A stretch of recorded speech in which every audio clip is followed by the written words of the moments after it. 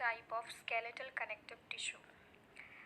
Touch your ear, touch your nose. Pinch your ear, pinch your nose. Is it soft? Yes, it is soft, but not as soft as its skin. Is it tough? Yes, it is tough. It is hard, but not as hard as bone. It is because it is made up of a type of tissue which is flexible in nature. That's why you're able to pull your earlobe, you're able to pinch your nose, and it is elastic in nature, rubber like, which you cannot stretch. You can bend it, but you cannot stretch. This type of tissue is known as cartilage, and cartilage is mostly present at the end of the long bones. Where the long bones might be? It might be in the leg regions, in the hind limbs. Femur is the largest bone, longest bone, and between these two bones, between two long bones, the cartilage is present so that the two bones don't rub against each other and damage each other. So to prevent the damage, to prevent the rearing and tearing of the two bones, the cartilage is present at the end of the long bones. It is also present in the earlobes, in the nose, at the bronchial tubes. Bronchial tubes are in the lungs, which helps in passage of the gases, and in the rib cage. So two type of skeletal connective tissue, one is bone and another is cartilage. Type of Fourth type of connective tissue is the adipose connective tissue. Adipose means fatty tissue. You can compare this tissue, the function of the tissue, with the shockers of the bikes and scooters. The shockers which are present in the bikes and scooter, it prevent the bike and the scooter from external injury. When the bike or scooter is running on a jerky road, that jerks are prevented by the shockers present inside the machine. Similarly, you can compare this adipose tissue. It also acts as a shock absorber. It acts as an insulator. Insulator means during very cold season, people feel warm from inside. It is because under the skin there is a very thick layer of adipose tissue. This adipose tissue gives the tissue enough fat, acts as a fatty tissue, which prevent the heat from going outside from the body and keep the body warm. Fourth, as you can see in the picture, the structure of adipose tissue. Adipose tissue is a very thick layer tissue, and it consists of cells known as adipocytes. Between these cells there are small pockets, or inside the cell there are small pockets. These pockets are known as globules, and these pockets have enough fat in them. So this fat give the tissue the property of acting as an insulator. And due to the presence of cells, adipocyte arranged in a thick layer, the tissue is really thick and it prevents the heat from going outside of the body. And by now you have assumed the tissue as a solid form of state, but tissues can also be of liquid form. So we have the fifth category of the type of connective tissue, fluid connective tissue. These tissues are in a liquid form present in your body, and you have to guess what is the name of that tissue. So here we are with the fifth type of connective tissue, that is fluid connective tissue, which includes blood. Yes, blood is also a type of connective tissue which has both liquid and solid soluble substances. The liquid part which is there in the blood has been named as plasma, whereas the solid part are the different type of cells. RBCs, red blood cells, WBCs, white blood cells, and the platelets. RBCs, what is the function of RBC? RBC carries the oxygen to different parts of the body. What is the function of WBC? WBC, or white blood cells, mainly become active when the body is attacked by the entry of germs from outside. When a body catches certain kind of infection due to presence of bacteria, these WBCs act and it attack the enemy to throw it out from the body. And the third are the platelets. Platelets help in clotting of blood. That means when the person gets wounded, the wounded region show continuous flow of blood. But after some time, you might see that the blood flowing stops. It stops due to presence of platelets, and platelets form thread-like clotting there in the region of wound, and it prevents the blood from flowing further.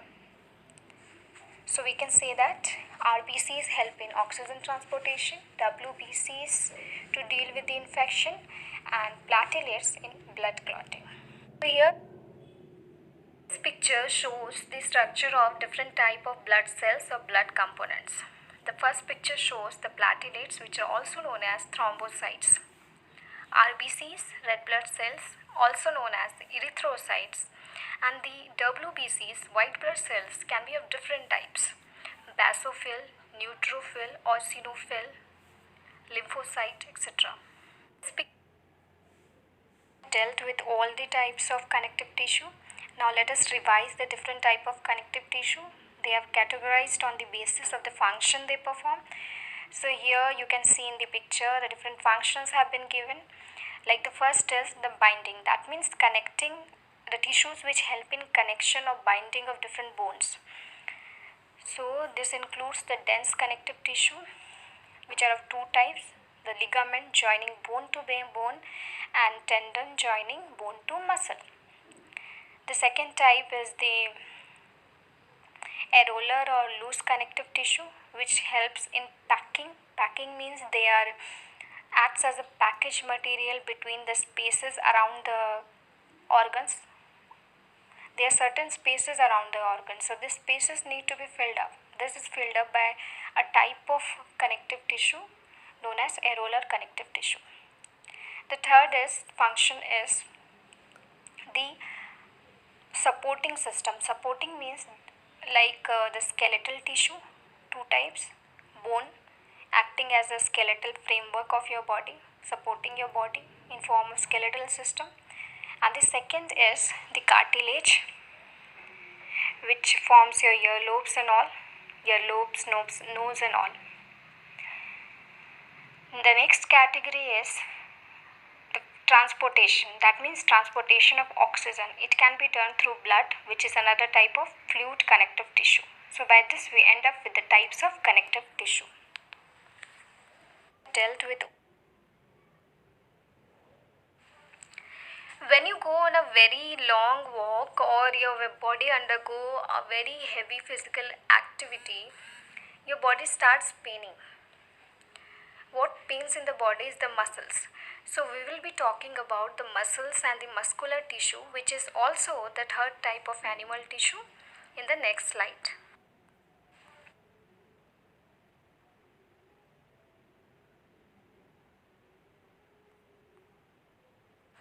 Muscular tissue or muscular connective tissue is again of three types. The first one is the skeletal muscular tissue or skeletal muscles. These are the muscles which attach to the bones. The second type is the smooth muscles. These muscles are present at the walls of the internal organs. And what are the internal organs? The intestine, large intestine, small intestine, stomach, etc. And the third type is the cardiac muscles, which is present in heart.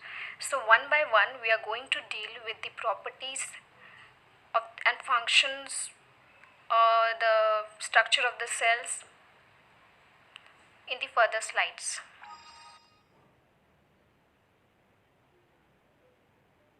But before we deal with the types of muscular tissue or types of muscles, let us first talk about the terms which are very important while we are studying about these different types. The first one is voluntary, the second is involuntary, and the third is reflex arc. Now what do I mean by reflex arc? You can see in the picture the person touching the candle, the flame of the candle. So what actually happens to you when you undergo such type of condition is, when the hand touches the candle flame, immediately the message, your body consists of different type of wires, you know this. These wires are connected with the brains and different parts of the body known, and these wires have been named as nerves. So when your hand touches the flame, the nerve from of your hand, it sends the message directly to the brain. The brain tells you immediately, this happens in within a 1 second. The brain gives a message back to the hand that you have to withdraw your hand back, pull back your hand. So as the message from the hand goes to the brain sends a message back to the hand to pull your hands back. So this entire pathway, the message going from the hand to the brain and another nerve bringing the message back from the brain to the hand, this entire pathway has been named as reflex arc. Now, there are certain movements in your body which you have control on. Like you can control your hands, you can move it left, right, up, down. You have control on your body, you have control on your legs. So the movements in which you have control, those movements are known as voluntary movements. Whereas there are certain movements on which you cannot have control, like the beating of your heart. You cannot control your heartbeat. The digestion, the food which is going down in the body, you cannot control it. So the movement or the working, the function of your stomach, your intestine, you don't have control over those. So the movement on which you don't have control has been named as involuntary muscles. So while we will be studying about the types of muscular tissue, these terms are going to come. So it is very important for you to understand these three terms. But the slide shows you the meaning of the involuntary and voluntary movement, as I have already talked about it, that the movement on which you have control are known as voluntary movement, especially the movement of your legs, your hands, your head, etc. Whereas the movement on which you don't have a control in, that movements are known as involuntary. The So here we are with the first type of muscular tissue or the first type of muscle, that is skeletal muscles. What are skeletal muscles? Skeletal muscles are the muscles which are attached to the bones. Now these are voluntary in action, means you can control them. So this might be only present in the legs and hands because these are only the organs which you can have control on, or maybe the head region. Now we'll be talking about the structure of the cells. How does the cells look? Maybe because it is a tissue, skeletal muscle is a tissue, so it is made up of cells. So how does the cell looks like? As you can see in the picture is shown of the threaded muscle. You can see that there are stripes or linings. These stripes and linings give this tissue a nature of striations. So you can say that these tissues are striated in nature. The cells are cylindrical in shapes. They have stripes or linings and they have many nucleus in them. Only one nucleus, not many nucleus are present in them. That is, they are multinucleated. So the next type of muscular tissue is the smooth tissue. As the name signifies, that means they does not consist of any kind of stripes or lines in them, unlike the skeletal muscles, but they are plain. That's why we have named them as smooth muscles or smooth muscular tissue. These tissues are present in the lining of the internal organs like stomach, small intestine, large intestine. Now you cannot control the movement or the functioning of these organs. So we can say that the nature of this tissue is involuntary. That means we cannot have control on them. And talking about the cells, these tissues have cells which consist of one nucleus, and they are spindle shaped. As you can see in the picture, the cells are in a form of spindle like with only one nucleus. The third type of muscular tissue or the third type of muscle is the cardiac muscles. It is present in the heart region. Now, muscles have a very important property of contraction and relaxation. They contract and then they relax. When you push a rubber balloon, what happens?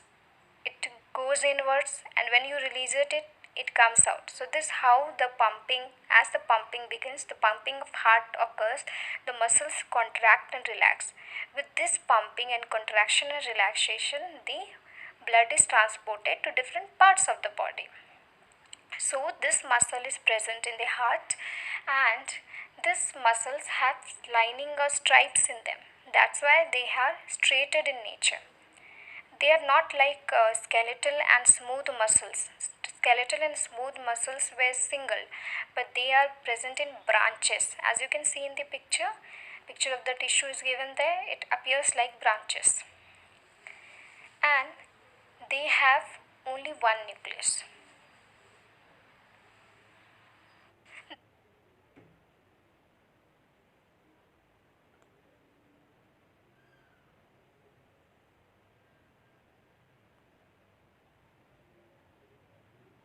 This picture shows the three type of muscles. As you can see in the picture, the cardiac muscle cell, the muscle cell has been shown.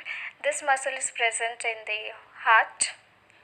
The skeletal muscle present near to the bones, and the smooth muscles present in the lining of internal organs.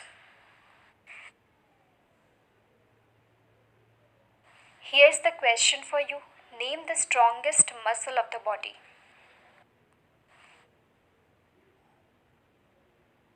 Now we are going to deal with the last and the fourth type of animal tissue, that is nervous tissue. Now look at the picture. Three pictures are given there. A hand withdrawn from the burning hot utensil. The second picture shows a man blinking his eyes, and the third picture shows the man rubbing up the sweat.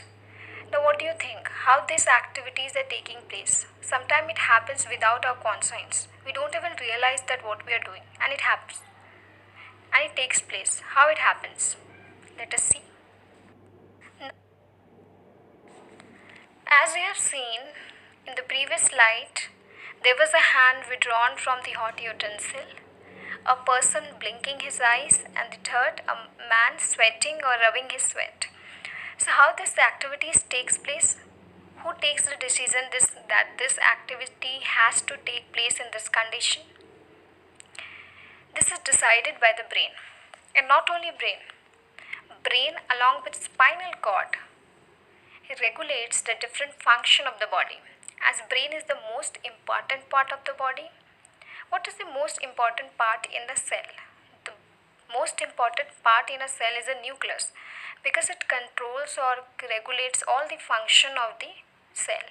Similarly, in your body, the brain is the master organ which control or regulates all the functions of your body, that is your movement, your different organs activity, everything is controlled by brain along with spinal cord. So let us see how this is related with the fourth type of tissue, that is nervous tissue. As you can see in the given picture, the location of the brain and spinal cord. Brain is located at the topmost region, that is in the head, and connected with the brain is a long rod-like structure that is known as spinal cord. These two structures are very important in regulating the different functions of your body. Now these two structures are placed in the central region of the body. Then how does your hand, your legs and different parts of the body are able to connect to it? It is connected through wires.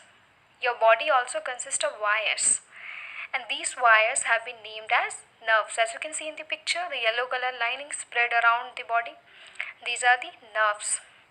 So, different parts of the body communicate with brain and spinal cord through these nerves. What happens when the person touches a hot utensil or a burning flame? The hand, through these wires or through this nerve, send a message to the brain. The brain will send a message to the spinal cord, and from the spinal cord, the message is again sent through the nerves to the hand, that you withdraw your hand back.